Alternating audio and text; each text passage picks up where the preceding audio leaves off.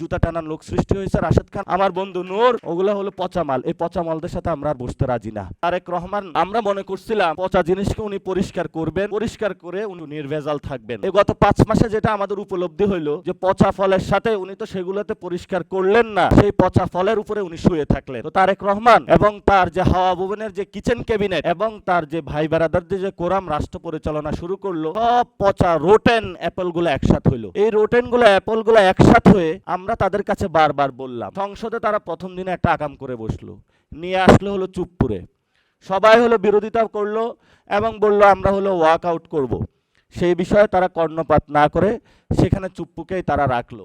এরপরে তাদেরকে বলা হলো যে বাংলাদেশে একটা বড় বিষয়, সেটা হলো সংস্কারের বিষয়। এটা নিয়ে অনেক পর্যালোচনা হয়েছে সংস্কারের বিষয়ে। পরে লাস্ট পর্যন্ত বাংলাদেশে কুসংস্কার নামক একটা বাচ্চা জন্মগ্রহণ করলো।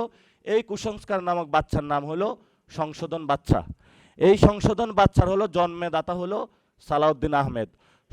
সংস্কার কমিশনে আমরা বারবার বলেছিলাম, সালাউদ্দিন ভাই, আমি ওনার বাসায় গিয়েও বলেছি যে আপনি কেন সংস্কারের প্রশ্নে আসতেছেন না। বলল যে সংস্কারের পক্ষে যদি আমি আসি তাহলে যে সরকার, এই সরকার তো হলো আমরা চালাইতে পারবো না, সরকারের কাছে ক্ষমতা থাকবে না, কিছু ক্ষমতা চলে যাবে বিরোধী দলের কাছে, কিছু ক্ষমতা চলে যাবে মিডিয়ার কাছে, কিছু ক্ষমতা চলে যাবে হলো বিচারালয়ের কাছে। তো আমি বললাম এটাই তো হলো বাংলাদেশ, আপনি তাহলে বাংলাদেশের এটা বিরোধী কোন জিনিসটা নিয়ে আসতেছেন? যেভাবে আছে বাপদাদারা চালাইছে এভাবে হলো চালাইতে হবে। তো বাপদাদারা যদি এভাবে চালায় থাকে তাহলে গত 31 দফা দিয়ে 17 বছর ধরে মানুষকে ভেলকিবাজিগুলা কারা দেখাইলো? কথা বললেই ওনারা গরম হয়ে যায়। তো আমরা বলবো এই যে জারজ বাচ্চা সন্তানটা জন্ম দিয়েছে সংশোধন যে কমিটিটা, এটার দিয়ে সংসদে তারা আরেকটা বাংলাদেশের সাথে গাদ্দারি করলো। এখন এইভাবে এটা এত পচে গিয়েছে, এই পচা জিনিস নিয়ে আমাদের আর কোনো কথা বলার প্রয়োজন নাই। তারেক রহমানের যেই স্বপ্ন বাস্তব মানুষের আকাঙ্ক্ষার জায়গা তারা ছিল, এটার হলো এক্সপায়ারি ডেট হয়ে গিয়েছে। এই জন্য যে এক্সপায়ারি ডেট নিয়ে যে প্রোডাক্ট, এটা আসলে বাংলাদেশে চলে, বিদেশে এটা চলে না। আমি বিদেশে গিয়েছিলাম, সকালবেলা যে প্রোডাক্টটা এসেছে এটা যদি 2 দিন পরে এক্সপায়ারি ডেট হয়, সেটা যদি কোনো সুপার স্টোরে রাখা হয় তাহলে তাদের লাইসেন্স বাতিল করা হয়। আর বাংলাদেশে হলো আমরা যেই খাদ্যদ্রব্য গ্রহণ করি অধিকাংশ হলো এক্সপায়ারি ডেটের, 10 গ্রামের জায়গা হলো 6 গ্রাম দিয়ে রাখে এবং তারা হলো সগৌরবে প্রচার করে আমরা বড় ব্যবসায়ী। প্রিয় তারেক রহমান, আমরা আপনাকে সরকারে আরও 5 বছর রাখতে চাই। গুলশান অফিসে আমি হাজিরা দিয়েছি আগেও, আজকেও দিলাম, এই ধরনের ব্যবসায়ীদের নিয়ে আছি। এখন যাদের নিয়ে আমরা আছি তো পুরাটাই নষ্ট, তাহলে কোথা থেকে শুরু করব? কোথা থেকে শুরু করতে হবে? সেটা হলো আমাদের এই কুসংস্কার থেকে বের হয়ে সংস্কারের যাত্রায় বিসমিল্লাহ বলে শুরু করতে হবে। আমি কয়েকটা থানায় গিয়েছিলাম, এখানে শহীদের মা আছেন। ওসি সাহেব রাতের বেলায়, ওইখানে যিনি স্থানীয় বিএনপি নেতা, উনি আর ওসি সাহেব রাতের বেলায় বসছে। বসার পরে বিএনপি নেতার পকেটে হলো 5 লাখ টাকা। ওসি সাহেবকে বলতেছে যে আপনি 1 লাখ টাকা নেন, আমার কাছে 4 লাখ টাকা আছে। ওসি সাহেব বললেন এত টাটকা চাক্কা টাকা কই পাইলেন? বলল এইদিকে একটা খুন করা হয়েছে, জুলাই গণ অভ্যুত্থানে আওয়ামী লীগের লোক ছিল, সে আমার সাথে একটা নেগোশিয়েট করতে আসছে, আপনি এই 5 লাখ টাকা দিয়ে আমি তাকে মুক্ত করে দিতে চাচ্ছি। তো আপনি তো হলো আইনের রক্ষক, আপনি এই 1 লাখ টাকার বিনিময়ে রক্ষণাবেক্ষণের কাজ ছেড়ে দেন। আর আমি যেহেতু দলীয় ক্যাডার, প্রধানমন্ত্রী তারেক রহমানের লোক, আমার তো একটা বিষয় আছে, ভাগ বটোয়ারা আছে, দলীয় নেতাকর্মী আছে, চালাইতে হবে, আমি 4 লাখ টাকা নিলাম। পরের দিন এলাকাবাসী দেখতেছে যে যেই লোকটা কয়দিন আগে আমাদের বাচ্চাদেরকে খুন করলো ও হলো সগৌরবে এলাকার মধ্যে হলো ঘুরতেছে। তা আমাদের যারা এনসিপির লোকজন বা অন্যান্য যারা ভালো লোকজন, বিএনপির মধ্যেও তো কিছু ভালো লোকজন আছে, তারা দৌড়ে হলো পুলিশের কাছে গেল। ওসি সাহেবের কাছে গিয়ে বসে ওসি সাহেবের হলো মুখও নড়ে না, শরীরও নড়ে না, কারণ রাতের বেলায় কিন্তু ভাগবটোয়ারাটা হয়ে গিয়েছে, আজান হচ্ছে, কে জবাব দিবেন? তো এই হলো বাংলাদেশের বিচারের পরিস্থিতি। তারপরে একজন ছিলেন তাজুল ইসলাম, উনি বিচারের উদ্যোগ নিয়েছিলেন, সেখান থেকে তাকে সরিয়ে সরকার হলো নিজের একজন পালক পুত্র বসিয়েছে। সেই পালক পুত্র হলো একটু পরে কখনো কবর জিয়ারত করে কান্না করে, কিন্তু বিচারের কোনো খোঁজ নাই। একদিন ইফতার মাহফিলে দেখা হয়েছিল যে আপনাকে কে কোথা থেকে নিয়োগ দিয়েছে? বলে আমি খুবই ভালো আইনজীবী, আমি দলের প্রতি এই গত 17 বছরে সার্ভিস রেখেছি, দলের প্রতিদান স্বরূপ আমি এটা পেয়েছি। ওই দিন কথা বলে দ্বিতীয়বার তার জীবনে তার সাথে আমার কথা বলার ইচ্ছা হয় নাই। উনি আল্লাহ জানে আমাদের এই যে 1400 লোকের যারা শহীদ হয়েছে তাদের কি বিচার করবে এই চিফ প্রসিকিউটর, সেটা হলো আমাদের কাছে কোনো অধরা একটি বিষয়। তা আপনারা যারা আজকে ইঞ্জিনিয়াররা এখানে একসাথে হয়েছেন, আমরা বাংলাদেশের বিচার চাই, আমরা বাংলাদেশের সংস্কার চাই। এখন তারেক রহমানের যেটা আছে এটা এক্সপায়ারি ডেট, এটা নিয়ে আর আমাদের কথা বলে লাভ নাই। আমাদের নতুন করে দাঁড়াইতে হবে, নতুন করে সংগ্রাম করতে হবে, কারণ আমরা বারবার সংগ্রাম করে লাস্টবার প্রতারিত হয়েছি। এই বিএনপি সরকারে আমরা একবার আমাদেরকে ন্যাড়া বেলতলায় গিয়েছে। এই বিএনপি সরকারের আর কোনো প্রতিশ্রুতি দেখার দরকার নাই। ন্যাড়া একবারই বেলতলা যায়, ন্যাড়া দুইবার বেলতলা যায় না। বেলতলা যায় আমাদের শিক্ষা হয়ে গেছে, কখনো সালাউদ্দিন বেল মারে, কখনো হইলে যে অর্থমন্ত্রী আছে একজন অশিক্ষিত লোক সেই বেল মারে, আরেকজন হলো আপনাদের এই কি যেন জ্বালানি মন্ত্রী টুকু সাহেব না, ওনার নাম যেন কি, উনি একটা মিথ্যুক ভণ্ড প্রতারক। উনি বলে তেল আছে না, আমরা পেট্রোল পাম্পে গেলাম তেল নাই। তারপরে পেট্রোল পাম্পে কয়েকদিন পরে যখনই তেলের দাম বাড়িয়ে দেওয়া হলো, পকেট ভর্তি হয়েছে ওনার, সুরসুর করে তেল আসা শুরু করলো। আমি একটু আগে আসতেছিলাম সিএনজিতে করে, সিএনজি বললো সবাই সিএনজি টানতেছে। তো ভাই সিএনজি টানলেন কেন, গ্যাস কোথায়? বললো যে পাম্পে গ্যাস নাই। তো বললো যে ভাই আপনি এটা একটু বলবেন। তো গ্যাস নাই, পেট্রোল নাই, তেল নাই, সব কিছু সুন্দর চলতেছে বাংলাদেশ।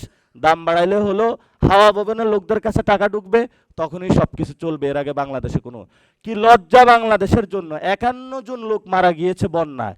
কোনো একটা এই যে এতদিন 31 দফার কথা বলেছে চট্টগ্রামে, আমরা তাদেরকে হাজিরা দিতে দেখলাম না। এবং সেখানে প্রায় 1,20,000 মানুষের গবাদি পশু তলিয়ে গিয়েছে। এখন পুনর্বাসন কি হবে সেটা আমরা জানি না। এবং অন্য জায়গাও সেম অবস্থা আমাদের হচ্ছে। এই যে সামনে আসছে আমাদের আবার এই গঙ্গা পানি বন্টন চুক্তি, এটা তো হলো আমার দেশের সম্পাদক সবচেয়ে ভালো এদেরকে ধরতে পারবেন ভবিষ্যতে। এই চুক্তি নিয়ে যিনি প্রতিমন্ত্রী, ওনাকে বললাম যে আপনি এটা নিয়ে কি করবেন। উনি আমার সাথে দেখা করতে আসলো, বললো আমরা নিয়ে এটা ভালো উদ্যোগ নিচ্ছি, ইন্ডিয়ানরা রেসপন্স করতেছে না, আমরা চায়নার দিকে যাচ্ছি, তিস্তা করবো, যদি চায়না না দেয় আমরা আমাদের টাকা দিয়ে করব। উনি বললো বুয়েটের এরা অনেক ভালো, ক্যানেলের উপর দিয়ে সাগর, সাগরের নিচ দিয়ে ক্যানেল, কী কী যেন উনি আমাকে অনেক বুঝাইলো। এই বান্দার আমি কোনো কিছু বুঝলাম না, তবে এটা বুঝলাম গঙ্গা চুক্তিতে আমরা ভালো কিছু পাচ্ছি না। এবং যে তিস্তা যে প্রজেক্টটা হচ্ছে সেখানে এক ধরনের যে বড় ধরনের হরিলুট হবে, সেটা আমি অ্যাটলিস্ট ওনার থেকে বুঝলাম। এরপরে আমি গতকালকে এক এমপির আসনে গেলাম, সেখানে গিয়ে দেখলাম প্রধানমন্ত্রী নাকি বাতি অফ করে রাখে, কারেন্ট বেশি চলে যাবে এই জন্য। তো ওনারই একজন শিষ্য 6 লাখ টাকা বাজেট পাইছে, সে 16 লাখ টাকা দিয়ে অফিসের হলো সুন্দর করে ডেকোরেশন করেছে। এবং এই 16 লাখ টাকা দিয়ে যখন করেছে, এলাকাবাসীকে জিজ্ঞেস করলাম এমপিকে পান, বললো ওইটার ভিতরেই থাকে। তবে অনেকে আবার দুষ্টরা বুদ্ধি দিল ওইটাতে একটা সিসিটিভি লাগানোর দরকার, তাহলে ভূতের ভিতরে বোঝা যাবে বসে বসে কী করে। যাক, আমরা প্রাইভেসিতে বিশ্বাস করি, যদিও সরকারি দল বিভিন্ন জনের প্রাইভেসি নষ্ট করতেছে। কারো যদি কোনো বিষয় থাকে অবশ্যই সেটা বিচারের আওতাধীন আসবে। তবে এটা আমরা একটা কনসার্নের জায়গা রয়েছে যে কোথায় না কোথায় সরকার হলো সিসিটিভি বসিয়ে রাখে। এই জন্য এই বিষয়টা হলো সরকার যাতে কারো প্রাইভেসি নষ্ট না করে সেটাও আমাদের দেখতে হবে। তো এখন আমাদের তাহলে ভবিষ্যতের লড়াইটা কি? ভবিষ্যতের লড়াইটার জন্য এখানে কয়েকজন আছেন, ওনারা বলবেন। বিশেষত আমার দেশের সম্পাদক, উনি লড়াই করেছেন, দেখেছেন, বিএনপির অন্দরমহলেরও সব খোঁজখবর উনি রাখেন। বেগম খালেদা জিয়ার সাথে কাজ করেছেন, যিনি বলেছিলেন ওদের হাতে গোলামির জিঞ্জির, আমাদের হাতে স্বাধীনতার পতাকা। তো উনি স্বাধীনতার পতাকায় ধরে আছে, কিন্তু তার সন্তানের হাতে গোলামির জিঞ্জির চলে আসছে। তো এদের হাত থেকে গোলামির জিঞ্জিরকে ছিন্ন করে নতুনভাবে বাংলাদেশ আমাদেরকে সাজাইতে হবে। সেই সাজানোর আহ্বান জানিয়ে আমি আমার কথা শেষ করছি। এবং লাস্ট, আপনারা ক্যামেরা থেকে উঠবেন না, লাস্ট আমি ইরানে যেটা দেখে আসছি, ইস্পাহানে গিয়ে দেখলাম যেটা এত সুন্দর আর্কিটেকচার, তারপরে হলো কোমে গিয়ে দেখলাম এত সুন্দর আর্কিটেকচার। বাংলাদেশের যারা আর্কিটেকচার, এদেরকে শুধু ফিজিক্সে চলবে না, মেটাফিজিক্সে একটু যেতে হবে। অর্থাৎ সোর্স অফ ইন্সপাইরেশন কোথা থেকে আসে। পার্সিয়ান যারা আমাদের যে এই যে আপনার ভারতে এসে এত সুন্দর সুন্দর কুতুব মিনার থেকে শুরু করে এত ভবন বানিয়েছে। আমাদের চিটগং অথবা ঢাকাতে আমি যখন ওদের বিভিন্ন শহরে গিয়েছি, সব বাড়ি দেখতে একরকম। আবার এই মরক্কোতে যাবেন এক ধরনের সিস্টেম। আমাদের সামগ্রিকভাবে এই ধরনের নীতিমালাগুলো করা প্রয়োজন। আমাদের সোর্স অফ ইন্সপাইরেশন কী হবে, আমাদের ইকোলজি সিস্টেম কি, আমাদের সামনে ক্লাইমেট চেঞ্জে আমরা কতটুকু ভালনারেবল অবস্থায় আছি, সেখানে আমাদের কি সামনে হবে। যে আশ্রয়ণ প্রকল্প, এগুলাতে যখন পদযাত্রায় যায় ঘরগুলো হলো পানির মধ্যে ডুবে আছে। কোথায় কোথায় নিয়ে ঘর তৈরি করেছে, ঘর আছে রাস্তা নাই, মানুষও নাই, জাস্ট ওইখানে হলো শেখ হাসিনা লুটপাট করেছে। তো ভবিষ্যতের এই লুটপাট এখনো শুরু হচ্ছে। এই যে জাকারিয়া তাহের সুমন আমাদের বাড়ির কাছের একজন এমপি, তাকে হলো তারেক রহমান নতুন করে দায়িত্ব দিয়েছে পূর্বাচল, মানে ঢাকা এক্সপানশনারি। তো ঢাকা এক্সপানশন যাতে পুরান ঢাকার মতন নতুন করে আরেকটা এক্সপানশন না হয়, আমরা আশা করবি যে উনি ব্যবসা করুক, ভালো কথা, তবে হলে একটু ভালো করে করবে, এটা আমরা প্রত্যাশা করি। তো এই ধরনের অসংখ্য লোকরে দিয়েছে। আরেকজন হলো কি যেন মেয়র, মেয়র প্রশাসক দিয়েছে, মানে মেয়র বানাবে তাকে সামনে। সে হলো বিভিন্ন গিয়ে একটা স্ট্যাটাস দিল যে ঢাকা শহরে হলো ড্রেনেজ সিস্টেম বা মানুষ ময়লা ফেলায় এই জন্য। তা আপনি ময়লার ব্যবসা করবেন, মানুষ হলো ময়লা বাসা থেকে নেওয়ার সময় 50 টাকা জায়গায় 120 টাকা দিবেন, একজন ময়লা ব্যবসায়ী ঢাকা শহরে হলো তাকে প্রশাসক বানাইছে। ছিল বিএনপির জন্য লজ্জা। এবং এই লোক গলা সমান ঢাকা শহরে পানি, সে হলো স্ট্যাটাস দিয়ে বেড়াচ্ছে মানুষ পলিথিন ফেলায়, এই জন্য হলো ঢাকা শহরে হলো এই প্রবলেম হয়েছে। তো আমরা আসলে কোথায় কথা বলবো আর কোথায় বলবো না, আমাদের সমগ্র সেক্টর সর্বাঙ্গে ব্যথা, ওষুধ দিব কোথা। এখন বিএনপির হলো সর্বাঙ্গে পচা জিনিস, এই পচা জিনিস নিয়ে আমাদের আসলে আলোচনার সুযোগ নাই। আমাদের এখন মাহমুদ ভাই আপনি আজকে কথা বলবেন, আমাদের নতুন করে ঘুরে দাঁড়াইতে হবে, এবং নতুন করে আমরা কিভাবে ঘুরে দাঁড়াবো সেই ইনস্ট্রাকশনও প্রয়োজন আমাদের, এবং সামগ্রিকভাবে আমরা পিছনে কি হয়েছে সেগুলো মনে করতে চাই না। আজকে আজমি সাহেব বললেন যে হলো একসাথে ইউনিটি থাকতে হবে। আমি কেমনে চোরের সাথে ঘুমাবো, এই এই রুচি তো আমার নাই। আমি কেমনে একটা চাঁদাবাজের সাথে বসবো, এই রুচিবোধ তো আমার নাই। আমি কেমনে একটা টেন্ডারবাজের সাথে বসবো, এই রুচিবোধ তো আমার নাই। কারণ এই রুচিতে আমি শিক্ষিত হইনি। ফলত আমাদের স্ট্যান্ডার্ড মানে যেই ইউনিটি, সেটা হলো ভাই আপনি ভালো লোক হইতে হবে। আপনি হলো, আমি মজলুমের সাথে আমার ঐক্য, আমার জালেমের সাথে ঐক্য হবে না। যে 17 বছর ধরে হলো জালেম ছিল, যে 17 বছর মজলুম ছিল, সে যদি এখন জালেম হয়ে যায়, তাহলে আমি মজলুমের পক্ষে থাকবো, আমি জালেমের সাথে বসবো না। আমি কারণ জালেমের তখ্তে তাগুত ভাঙাই হলো আমার রেসপন্সিবিলিটি, আমি তার সাথে কোনো নেগোসিয়েশনে নাই। ওটা যদি হইতাম তাহলে আজকে জুনায়েদ সাকি হয়ে যাইতাম। আর আমাদের নতুন করে শুরু হবো, আমরা 2 জন হই, 2 জন শুরু করব, 3 জন হই শুরু করব, সমস্যা নেই, আল্লাহ আছে উপরে, আল্লাহ সহায়ক। আমরা ক্যাম্পাসে হলো 5-6 জন মিলে কাজ শুরু করেছিলাম, আল্লাহ আমাদেরকে বরকত দিয়েছে। ভবিষ্যতেও সত্যের পক্ষের যারা লোক তাদের নিয়ে হবে। আমরা ফেরাউনদের সাথে মিলতে রাজি না, আমরা কম হই, আমরা হলো হুসাইনিয়া বংশধর। যে হুসাইনিয়া বংশধর ফুরাত নদীতে পানি না থাকলো ইয়াজিদের কাছে জীবন আত্মসমর্পণ করে নাই, মৃত্যুবরণ করবো, ইয়াজিদের কাছে আত্মসমর্পণ করব না। সেই লড়াইয়ের ডাক দিয়ে আমি আমার কথা শেষ করছি। সবাই দোয়া রাখবেন। আসসালামু আলাইকুম।